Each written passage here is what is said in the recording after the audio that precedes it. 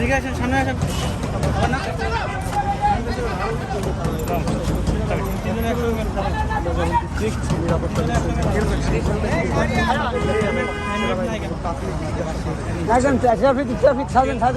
এখানেই ফ্লাইওভারে উঠতেছো আর বলছো আমাদের বাসা এখানেই।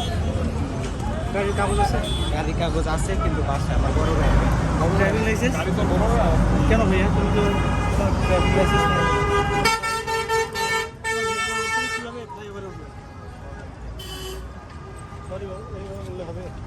আসলে আমাদের আচ্ছা ঠিক আছে, তোমরা যে এখানে পুলিশ আছে আমাদের, তার সাথে কথা বলো।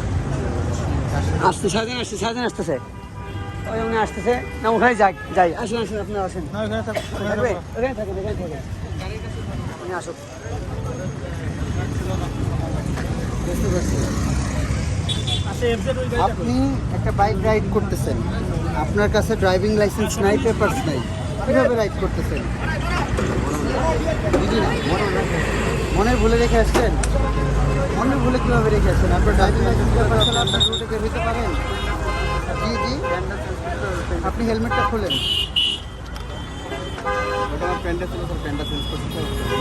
আচ্ছা বুঝতে পেরেছি, আপনাদের সবারই তো সেম অবস্থা, কারো ড্রাইভিং লাইসেন্স নাই, পেপারস নাই, হেলমেট ছাড়া আবার বাইক রাইড করতেছেন, মহাসড়কে উঠতেছেন। আইন না মানার তো একটা প্রবণতা তৈরি হয়েছে আপনাদের ভিতরে।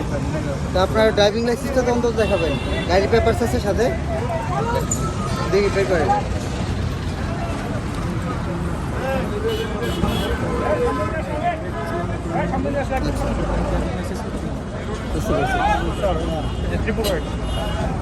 আচ্ছা, যে গাড়িগুলো হচ্ছে আমরা পেপারস পাচ্ছি না, সেই গাড়িগুলো আমরা সবগুলো থানায় পাঠিয়ে দেবো এবং জব্দ করা থাকবে।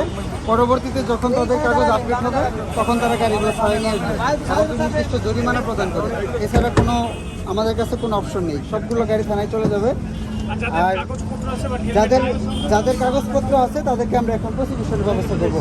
যে ভদ্রলোকের গাড়ির পেপারস এখন বের করছে, ওনার কাছে ড্রাইভিং লাইসেন্স নাই, সুতরাং ওনার ড্রাইভিং লাইসেন্সের প্রসিকিউশনটা হবে।